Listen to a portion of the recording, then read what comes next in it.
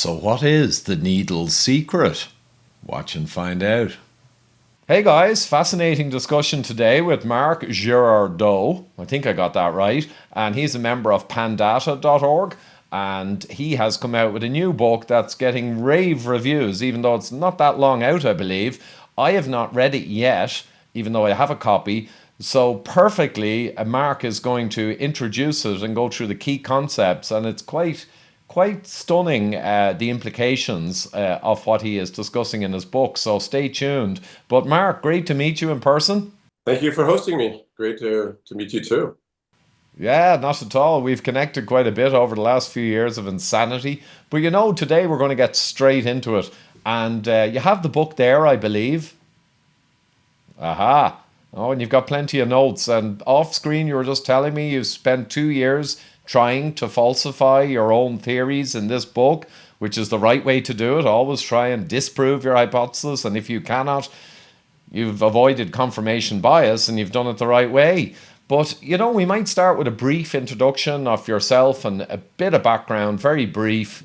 Okay, I'm a Franco-American, father of four. I've traveled the world my entire life. I'm not a biologist. I'm not a doctor. I'm not an engineer. I'm a business guy. I'm an economist. I have an MBA from a top leading business school called INSEAD. I have a career in industrial gases, in management consulting, and I worked for Cisco for about 15 years, where I basically led the advisory consulting group in charge of automotive globally. So I'm a guy that's capable of working on numerous different topics. I had worked right before COVID for a competitor of Moderna and BioNTech on anti-cancer DNA vaccine. So I was basically prepped for this crisis. uh, Yeah. and I've been working for 4 years, almost nonstop. At one point, of course, I was trying to make money on the side, but I've worked about 10,000 hours on this. And my book is a synthesis of it all. And I've called it The Needle's Secret because fundamentally it's all related to not the poison that you're being injected with, which is a fact. I mean, every vaccine is a poison because it gets your immune system to attack it. So by essence, it is, but more the delivery, and the fact that 100% of the injections are going IV directly at the moment of injection, and that's depending on Russian roulette, basically luck.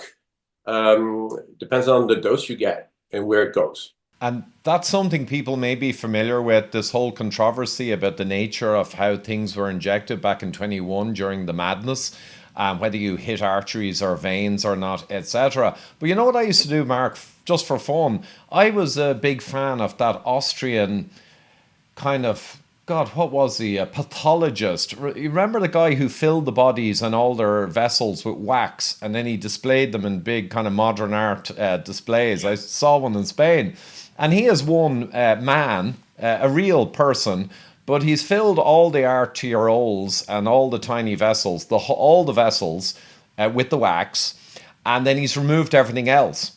So you've got a man who's basically just vessels, but the hands, the arms are fully there because vessels are everywhere. So I said, how can you claim that a needle can miss this? I mean, it might not get a major one, but it's going to hit a load of little ones at least. Actually, it's even more simple than that, Igor, for an engineer.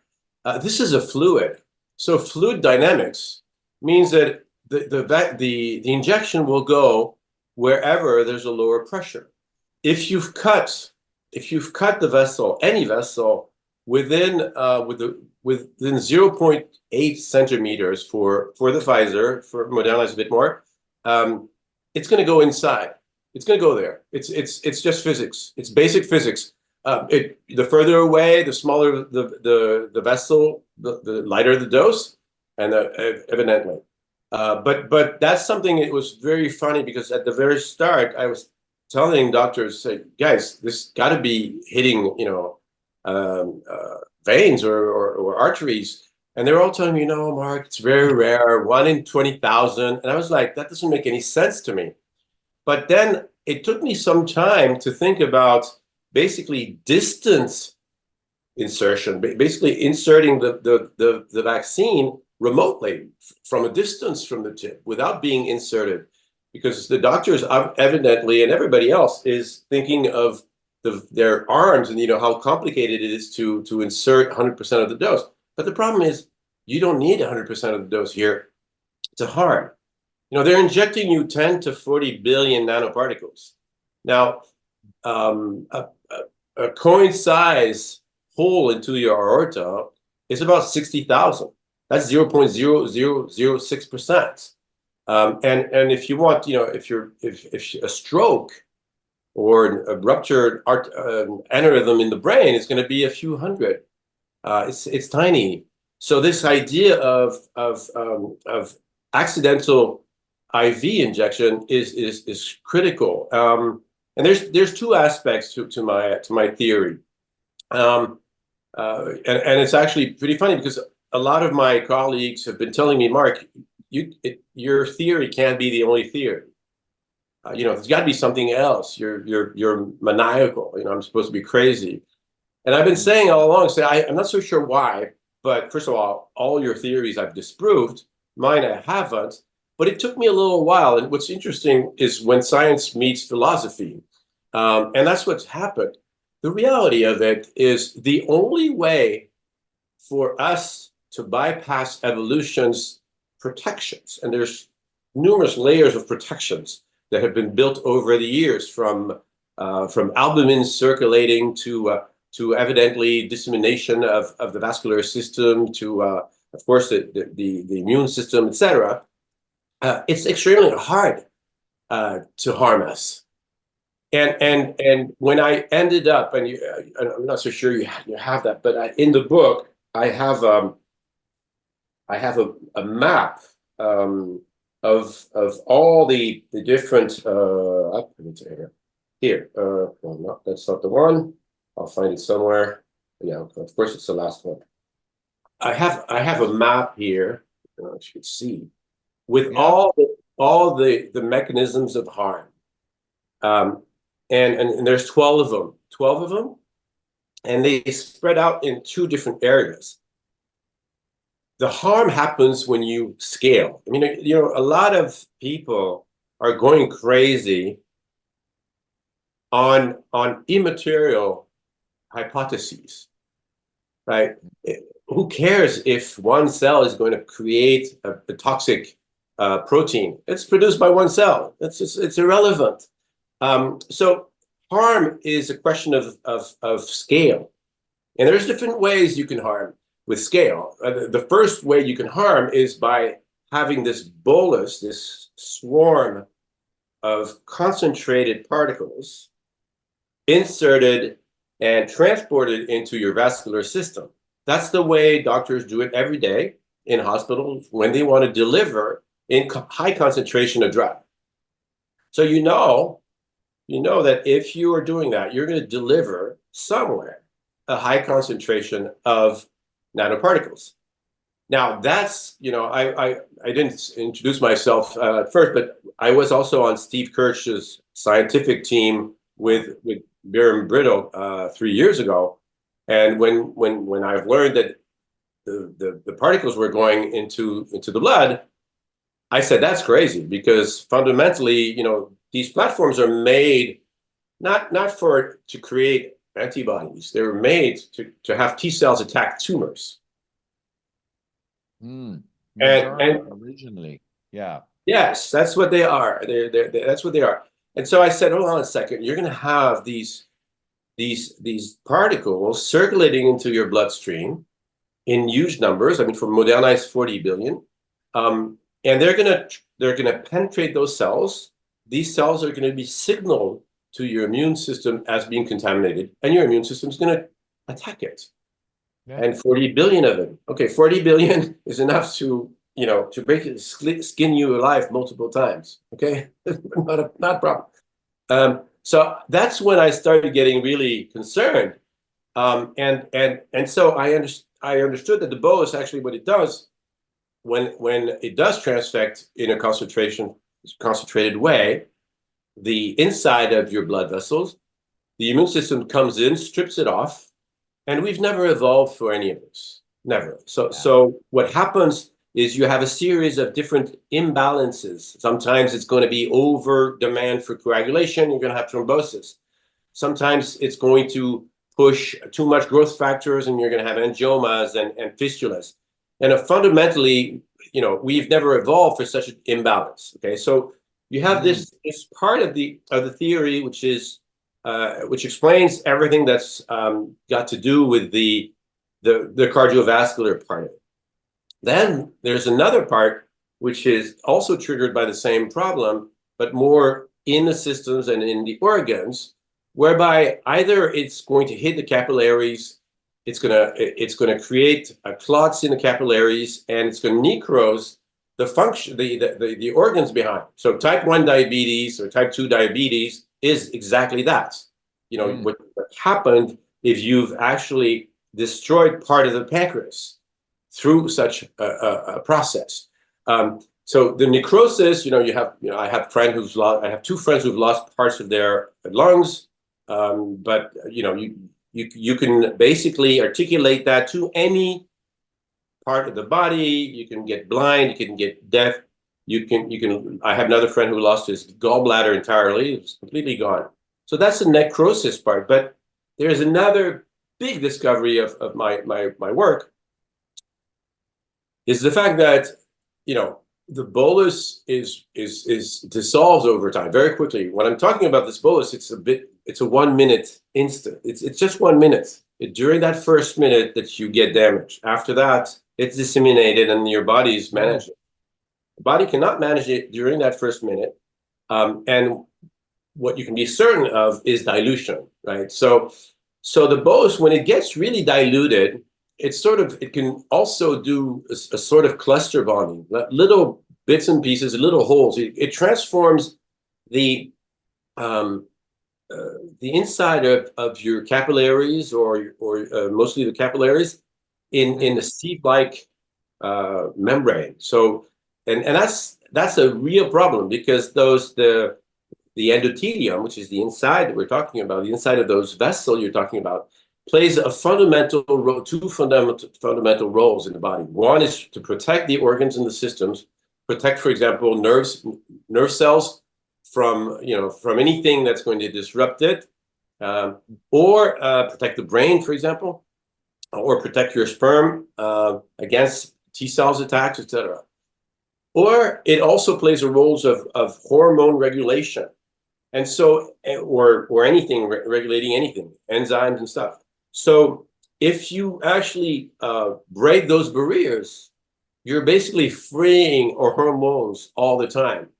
That explains. For the first time, I'm explaining basically endocrine disorder in not a pseudo-genetic way, but in a physical way. And what's interesting is if you go online, and in the book, I have a whole list of articles that show that post-vaccine, COVID vaccines, but also other vaccines, you have this perforation or this capillary leakage, some capillary leakage or vascular leakage. It's a very known element. It's a very known illnesses. Depending on where you have this phenomenon, well, you're going to have different types of illnesses. So if it's an endocrine gland, you're going to have endocrine disorder. Either if it's you're going to have hypersecretion. If it's in the brain and you've actually perforated the blood-brain barrier, you're going to have Alzheimer's, Parkinson's, ALS, MS, etc. If it's in the ovocytes or in the testis, you're going to be you're going to have a sperm count is going to go down, or you're going to have problems like that, or you're going to have endometriosis for women. So that's this whole part of my theory is extremely solid. I mean, first of all, every single step is based on scientific laws. If this happens, this has to happen, right? And not only that, but it's been reproduced on animals, right? It's been reproduced in Hong Kong early on. I think you're right, in September or August, September 1 by Lee et al. It was also in Munich by Nikolai et al., where they basically injected. Oh, sorry. Yeah, that was the thing actually, Mark. That there were loads of publications, and I didn't get too heavily involved because I could just see the scale of the bun fight during 21, and I was kind of focusing more on who was driving all this madness, the geopolitics. I just made a choice, but there were loads of publications sent my way, like where this substance ended up in the ovaries and the testes, and there were loads of publications. And then there were other publications saying that even 8 to 9 months later, there was a persistence of local inflammatory issues and the spike protein, and all of this science was going out there. But of course, mainstream science would just ignore it all. But I think, as you say, everything you're talking about is essentially published on, only no one really wants to look at it. I think our team, whatever you want to call us, freedom fighters or whatever, hasn't done the homework. I'm one of the rare ones who did. So the spike protein thing is a possibility, and I'm going to explain to you why. Okay. Soon. But the reality of it is, it's going to be extremely rare. This Okay. circulating spike protein cannot happen. You have antibodies; they do the work, right? And it's been demonstrated since May 2021. There's a study by Ogata and all that shows that day 9, most of the spike protein is gone, and that's normal, Okay. right? That's normal. Actually, after the second shot, hardly any spike is produced because T cells intervene very quickly. They do a Okay, good job. they do a good job. They do their jobs. If they don't do their job, then you need to explain why they're not doing their job. I haven't seen that. It can happen, but it's got to be Okay. rare. Now, Yeah. the second part of my theory is a bit different. It's harder to prove. It's extremely solid, I believe. When you do a theory and you can't prove everything, you just need to make sure that it's actually consistent, and it is consistent Yeah. from a logic standpoint, and also from a mechanism standpoint. What is it? One of the things I didn't understand is how can you have cancer cells if the cells that are penetrated by these vaccines are destroyed by the immune system?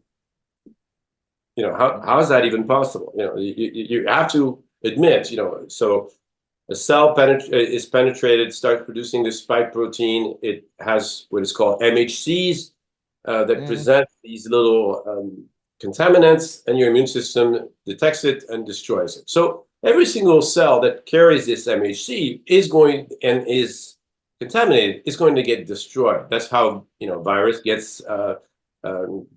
destroyed in our bodies too. So for about 2 years, I was like, yeah, it doesn't make any sense. And a lot of my friends were talking about mutations and all of that. And I was like, I don't get it. I don't understand what's the process. But I had worked on, at one point, I had worked on cancer vaccine efficacy, and I had looked into the bone marrow. And in the bone marrow, the immune system is suppressed often, Yeah. and that's the reason by that is because immune cells are immune privileged. So stem cells. Did I say immune cells? Stem cells. Yeah. Stem Not cells. immune. Stem cells are immune privileged. That's extremely important. Their stem cells do three things. Yeah. Uh, they produce red blood cells every day. Okay. They produce white blood cells, which are immune cells, and they produce regenerative cells that come and repair your body. And actually, just as an aside, I remember going through quite a bit of this science years before COVID because endothelial regenerative cells, like when you have a clot or a problem, floods of these endothelial progenitor cells will flood to the damaged area in the artery. And then they've tried to bring in various kind of versions of them as a drug to help with arterial repair. But all of this is absolutely mainstream. So just an aside. Nothing I'm telling you is I mean, I'm Yeah. an MD, so it's not, I mean, I've read a lot, but so what's interesting is at one point I said, okay, so what happens if a stem cells get transfected?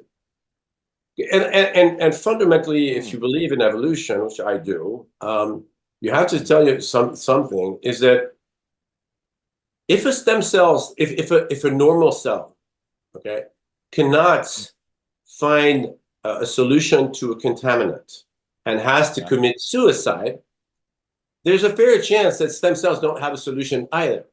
Because if they had a solution, they would have transmitted it by evolution to normal cells. So it means that stem cells are not protected when they get contaminated.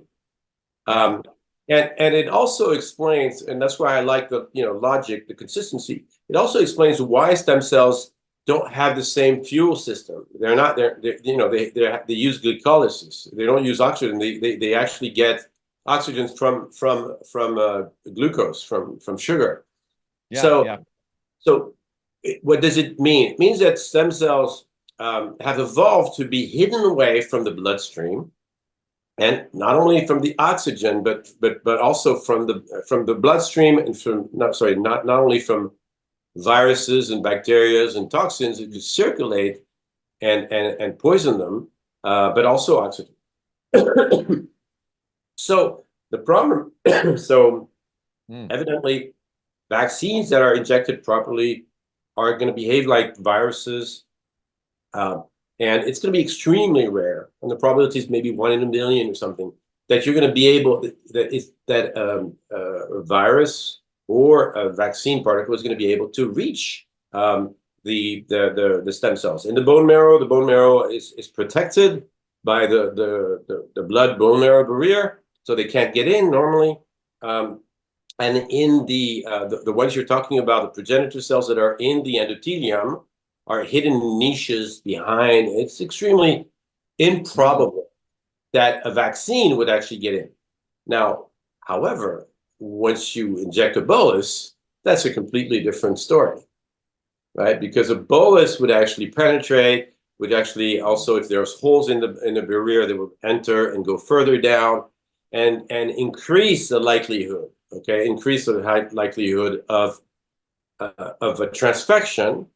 And now that's the big moment. I mean, that's one of the big moments. I think microperforation is a big moment too. But one of big, a really big revelation of my book is, stem cells, if they can't protect themselves, probably have only one option, which is to replicate, right? Just, automatic cell death or replication if they must survive, for sure. Yeah. Well, cell death is they don't do apoptosis because p53 is inhibited. The famous p53 inhibition comes from stem cells. So Yeah. they can't commit suicide. They're too precious. So what they do, they most likely do, that's my conjecture, but it's based, there's at least one example with ROS, which is reactive oxygen species, whereby that's exactly what happens. Too much oxygen enters, stem cell multiply. This is very important because it changes completely the dynamics, and you have these stem cells that are starting to replicate. Now, the whole cancer theory has always been, oh, you take too much sun, and 30 years later or 20 years later, you get a cancer. It makes no sense. Okay. Now you'll see how fluid and logical my theory is. Now, if the cell is going to replicate, the nucleus is gone, right? Because the chromosomes duplicate in chromatids, and then they need to spread. They need to split. During that time, well, they're accessible. They're accessible to anything that shouldn't be there, right? So if you start having proteins, toxins, mRNA, DNA, like Kevin McKernan's findings, Yeah. well, necessarily, at one point, there's going to be some binding, some, those are magnets. There's chemical magnets. I mean, that's your background more than mine, but the binding is going to happen. So what happens when you have two chromatids that try to split and you've got material, genetic material or chemical material that's in between? Well, either you're going to miscalibrate the splitting and you're going to have two chromosomes staying on one side and zero on the other. You're going to have trisomy on one end, monosomy on the other, or you're going to have breakups, or you're going to have exchanges, or you're going to have integration. So fundamentally, and it's not even, you don't need to have SV40, you don't need to have all these crazy supposed genetic pathways. It's there. It's just, it's just it's just as certain as if you start playing football in a data center and hitting servers that you're going to break down the data center. It's exactly the same thing. So what's really interesting is then you go and check and say, well, can vaccines start cancers that way, right? Is my theory, one element of my theory is basically evasion by replication, okay? So then I went to check and I said, okay, well, is our cancer cells stem cells? Because that's what my observation shows, is that cancer cells have to be stem cells because they can't be the other ones that have been destroyed. Yeah. So I started looking into that, and I had worked a lot on cancer, on immuno-oncology. So I knew a lot, but I for some reason I had trusted. I was new to this field 5 years ago. So I trusted these guys when they told me that you had a mutation. It seemed odd that you would have millions of mutations that always end up with all of these features. But then I started looking into cancer genesis. In the past 20 years, there's a lot of researchers that have been saying, hey, it's strange, these cancer cells just behave like stem cells or progenitor cells. I mean, sometimes they're a bit more, but they behave. They have all the features. So they have p53 inhibition. They have hTERT. They in some cases they don't have MHCs. In some cases they have MHCs, but they're immune suppressed with HLA-G, with PD-1. They have mid bodies. They're self-renewing. They're eternal. And you add the list and you're like, wow, that can't be a coincidence. And there is no way, as you're saying earlier, you're suggesting earlier, there's no way you have these mutations back. I mean, it's impossible mathematically.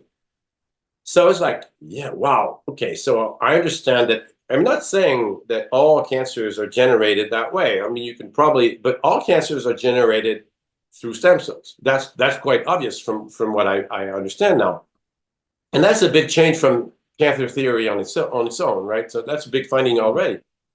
I mean, of course, you can have other ways to contaminate stem cells with toxins, with other vaccines, potentially with radiation and stuff.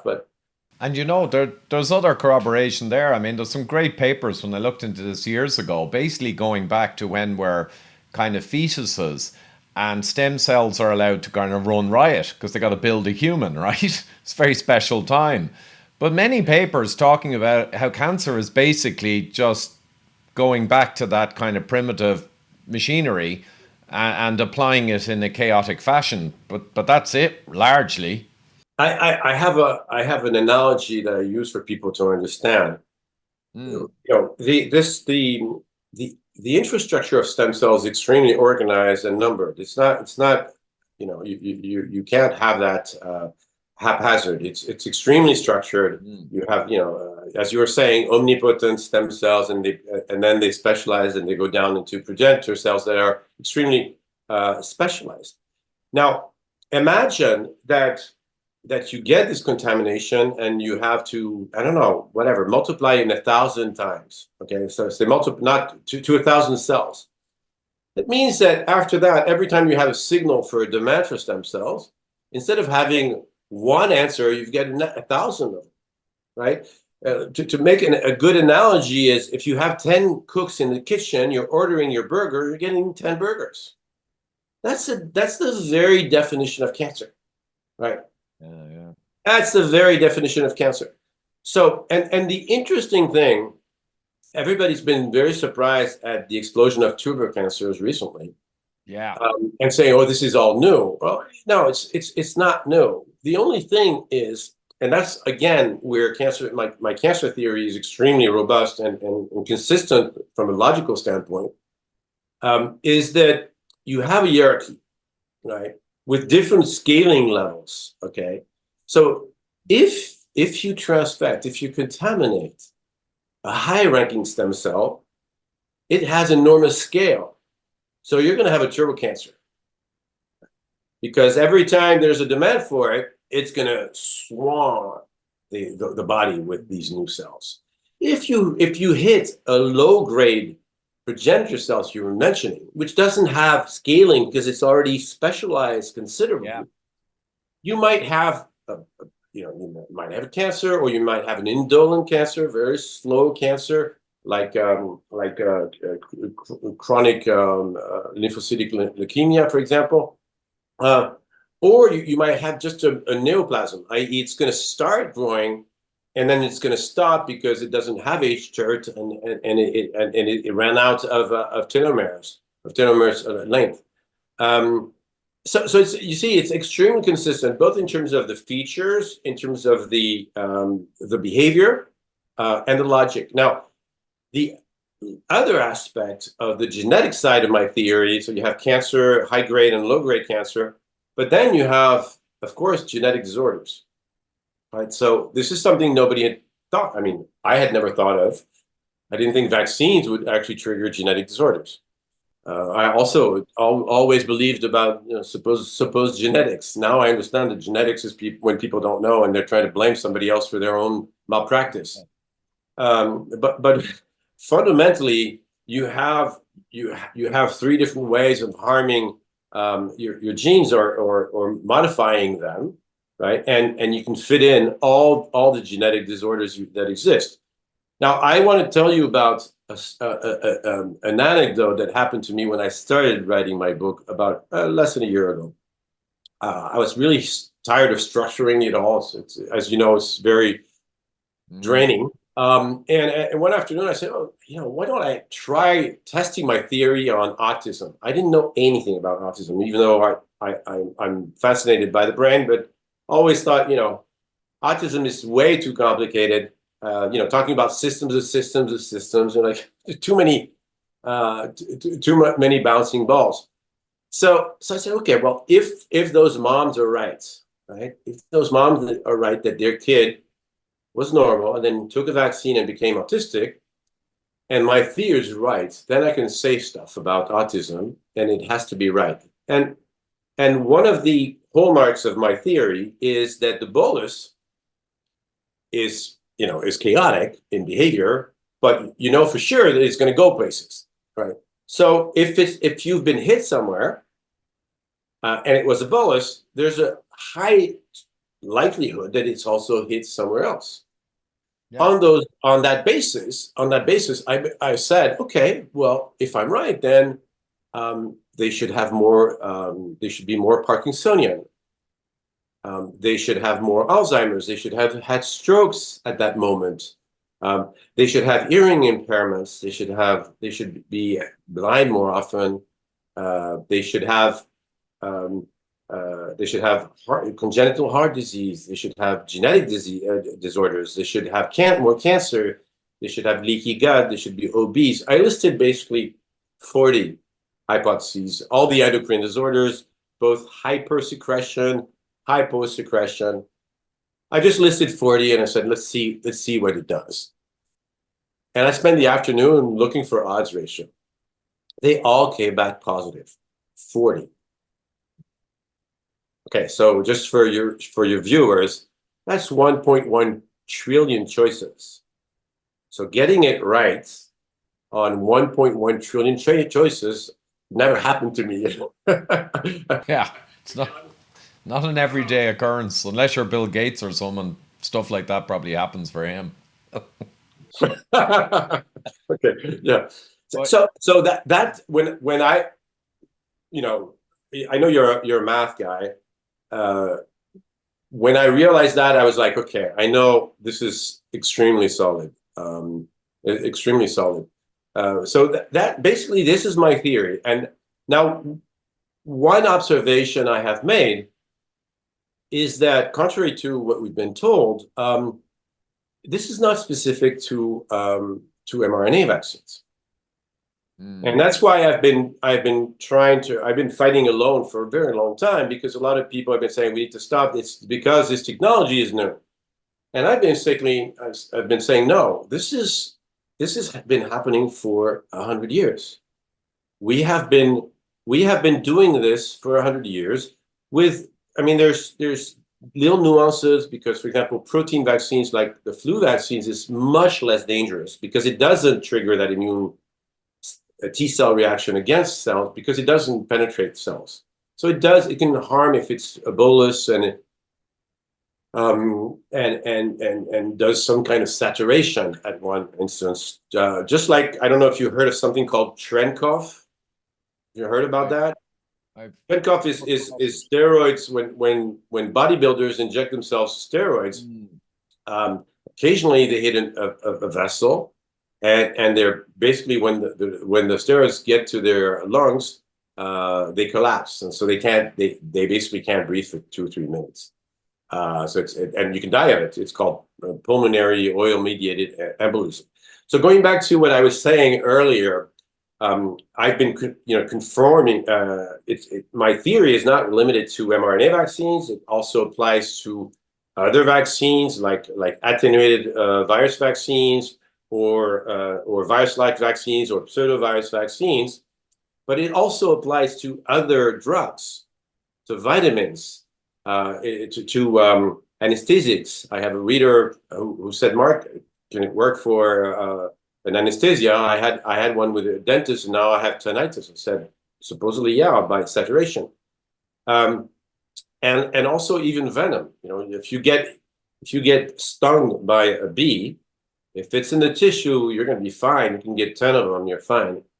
If you get one in a vessel, you're dead. If you're not near a pharmacy or a hospital that's going to inject you some stuff. That's where snakes, I guess, are. Well, there's different kind of virulence of the venom, but also the fact that they get the teeth in, they're getting, they're going for gold. They're going for Yeah, gold. and they also inject. It's an interesting that you mentioned snake. I wrote an article about 18 months ago where I did a comparison between the vaccine doses and venom, bee venom, spider venom, and black mamba venom. Black mamba venom, they inject you with a ton of toxin, so you probably die because of the ton. It's overwhelming. But that's one thing that people on our side, the freedom fighters side, haven't been so happy about, because I've said, look, if you look at the dose that Pfizer has used, is actually fairly low. And Moderna is on the high side, but still lower in terms of weight. At least, I use the weight because it's hard to understand, the toxicity. But are we saying that these vaccines are more toxic than a bee venom? I'm not so sure, right? And so what's really important about my theory is it all started for me with the observation that you can get harmed or not, right? And it's important Yeah. because some people are getting frightened now and think they're going to die, and everybody's telling, Gerd Mm. von Bosch, for example, is saying that everybody's going to die, etc., which is complete bullshit. We need to Yeah. stop. We should not be scaring people. We should not be scaring people. That's very important. And I interviewed Professor Wolfgang Wodarg in Sweden last September, and I was delighted when he said that, and I picked him up on it. He was just talking about the harms, very much in line with what you're talking about, without the full theory, but just broadly. You're going to get intermittent harms. You're going to get, and he can list them out. Now, another question is the benefits, which I put at effectively zero, but we can talk about that in a moment. But he also said, pretty much, if you've had it and a few months pass and nothing happens or nothing notable, largely you've walked it off. Now, of course, there could be an autoimmune, or there could be subclinical damage that you're not aware of. But given that you truly didn't have a problem, 6 or 8 months later, you're kind of past it. And I said, that's very important for people to hear, because we have a lot of scaremongers. I mean, we had people coming out in 21, and I looked and I said, oh no, You are giving a hostage to fortune there. You are going to embarrass yourself.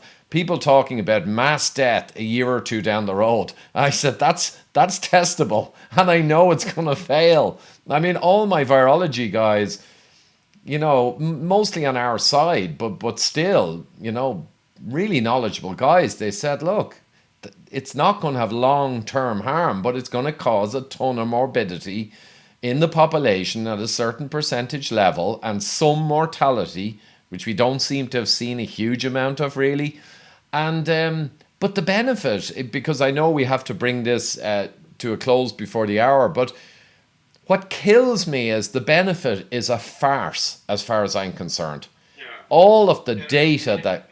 Yeah, okay, so that's another element that's really interesting. I haven't I've been trying to be not too aggressive on that Mm, side. Even though in my conclusion I do say I believe there's a Ponzi scheme. Let me explain why. yeah. The My whole theory is based on the fact that the vascular system protects us by providing a bulletproof vest dissemination effect, right? Namely, what it does is it spreads the poison across the body here, here, here, and there, and the microenvironment in each area can deal with it, right? So you don't have that scaling mechanism I was telling you about. But the mRNA, though, particularly even when it is dispersed with the body trying to spread it around and kind of mitigate it, it can set up locally or concentrate, I would guess, and then cause a bit of scaling. No, I mean you're going to have, first of all, transfection doesn't work very well. That's why they inject you with a ton. Okay, Ah, it doesn't work. The company I used to work for, they would electrocute people, cancer patients, to actually get the transfection to work. Okay, that's the reason they inject you with 10 billion and 40 billion. It's because probably one in 1,000 gets transfected.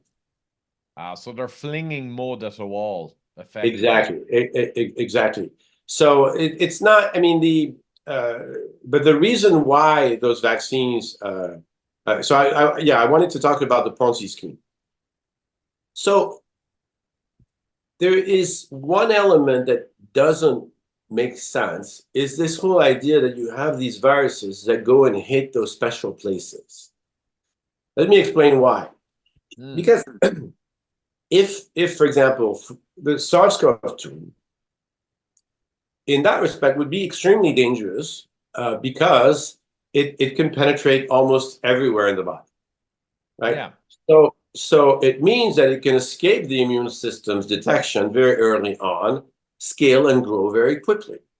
If you have, let's say, supposedly polio, how is it that the polio virus is going to circulate and hit one door, the door is shut, here another door. It's going to hit a ton of doors that are shut because if it can only integrate into the spinal cord, the chances are really slim. You're that's 35 grams out of 66 kilos of meat. So it's like it Yeah. does. So it would the probabilities of getting detected early by the immune system, which typically takes 3 or 4 hours, would be immediate. So here's my Ponzi scheme theory, even though that would need to be validated, is I think what we've been doing is the vaccines and those injections. It's been 150 years that doctors have been injecting stuff to people. And of course, in their list of, when you do hypotheses and you're observing stuff, you need to have a list of hypotheses that is comprehensive. If you have a list that's missing out, oh, my colleague injected me with a vaccine, maybe there's a malpractice there. Oh no, I'm not going to put it in there. You're basically being blind to a lot of problems, and therefore the more you would actually inject, the more you would have adverse events. The more these adverse events would be justified by a virus, a bacteria, or genetics. Never doctors. Okay, never doctors. So you look at this and you're like, okay, that's that. So you're basically, I'm questioning just about most of these illnesses. I mean, hepatitis, polio, all of that. I'm not saying they can't exist. I mean, of course they can exist if your immune system is low. You can have, But if you're in a modern society like ours and you're eating, decent nutrition, and everybody is, High almost vitamin everybody, D, etc. yeah, you'll be able to fight it off. Hence the fact that all these illnesses were going down way before vaccines came along. That's a key point in itself. I mean, the classic eight graphs of these communicable diseases from the turn of the century and the mortality, and measles is one of them, it collapsed down almost to the x axis in mortality, which is the thing that matters. Almost touched the x axis, it was that low, like 1 or 2 in 100,000 levels. And then they brought in the magical vaccine and then claimed this enormous benefit. But it's impossible. It already, and there's 2 or 3 diseases there they never got a vaccine for. I think scarlet fever is one, and 1 or 2 more in the group of 8. And they all fell the exact same with the others and continued on down to near zero, even though they never made a vaccine for those ones. But they behaved the exact same. Clearly, it was not the vaccine. Yeah, actually, one of the things I know about a bit, one of my first articles was around the scam for the elderly, because the elderly were supposed to be the target, right, originally, Supposedly. for these vaccines. But then they included everybody else, and then when it didn't work for the elderly, they said, "Oh, it can't be effective 100%." And you're like, "What? That's a trick." Um, Yeah. but I have worked a lot on that, and at Panda I was one of the first ones to say those vaccines can't work, and I was getting beaten up all the time by a lot of my colleagues there, except Nick Hudson. He's always been very, very cordial and trusting in me. Smart guy. But yeah, very smart. But but I was saying, this is a mucosal virus. You're injecting in the muscle, right? And by the way, there is no immune cells in the muscle, right? Because there's no reason, if you've never evolved for harming your inside your muscle. So I was like, this can't work. And I had done work with the first year of COVID. I worked with a lot of folks, including Michael Leavitt, with whom I had long discussions on immunity and also cross immunity and population density, and we had worked some things out. And one of the things I had realized is you need a mucosal immunity to be asymptomatic. But people who were immune 4 years ago, and there are tons of them, already were immune, but they had a different kind of immunity, Yeah. which is often transient, which is mucosal, which is here. It's stopping at the door. So, no, you're not entering. Yes. Right? You don't get that kind of immunity by injecting in the muscle. I mean, it's common sense. You don't need a, Yeah. I don't need a Of course. PhD to tell you that. But you'd be knocked off YouTube for discussing it a couple of years ago. And that's the thing. The whole thing is so corrupt. It's almost comical. The corruption now, the audacity of the corruption and the ignoring of science, and basically just a pseudoscience, kind of a weird new pharma complex religion is what's pumped out all day long. And I think, though, just to close on a point, but people need to get the book and go through all the detail, because I know it's very hard to summarize. As you said, you could spend hours here. And all the people who are interested in this topic, this is a fantastic book that brings together everything in a proper hypothesis and fully referenced, and all from established science. Because a lot of these vaccine books, they go overboard, and they begin to talk about stuff that's quite honest is fear mongering. I think Turtles All the Way Down, that book was very good because it was dispassionate, and it just made the point that there's no real placebo control in the history of these types of drugs. Therefore, technically, it's not science. Without placebo, there is no real science. So that's a good one too. But get these book, guys. But I was going to close on something else. I think I mentioned it there about, people waking up. I mean, the take up rate, even in the medical profession, for boosters this winter was shamefully low by their standards. And the medical profession in Ireland were some of the worst people on this planet for falling for the nonsense, whether the medications or the original saving granny stuff.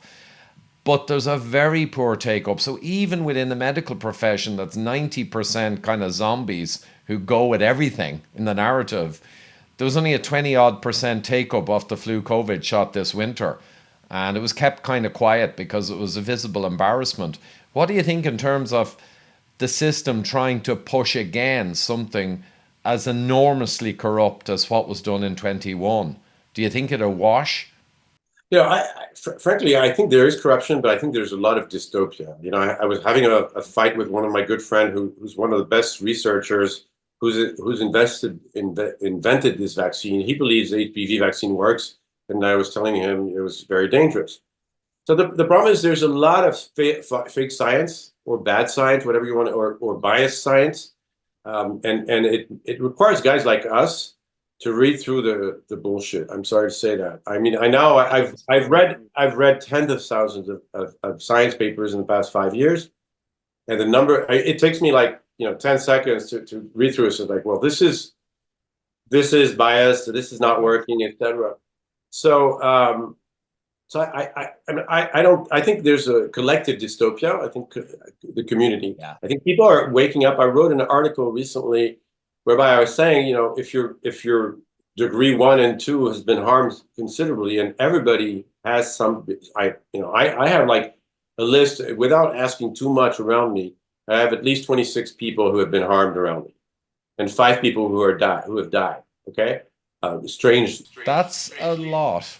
Um, I would say maybe one or two people possibly related to it. And in terms of harmed, I know five or six probably, almost certainly. But yeah, they're pretty big numbers. But you've been engaged in this topic a lot more than me and looking a lot closer. Yeah, I've been.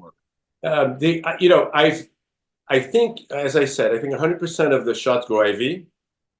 Yeah,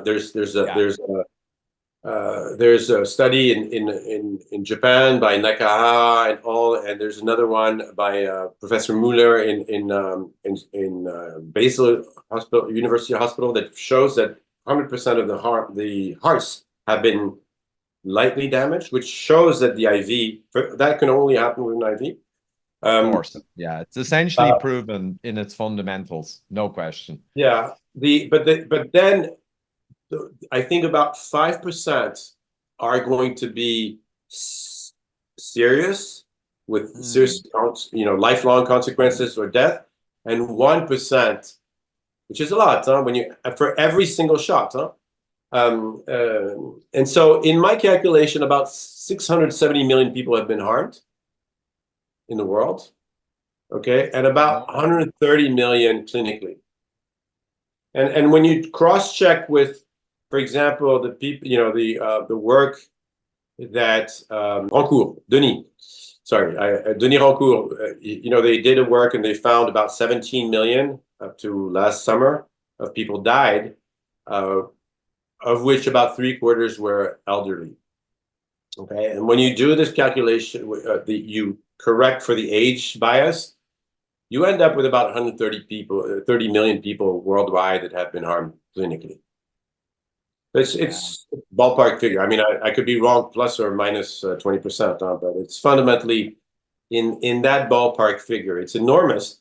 But what's even more enormous is that we've been doing that for 50 years, and we've been doing that to our kids. So in the book, there my part 4 is on all linking arteriosclerosis to the vaccine, linking endocrine disorder to the vaccine, ill injections. Okay, I have cancer, I have autism, I have basically obesity. Also, everything is tied to this damage. And what's really interesting is every time you check, they always have this bullets where it's hit.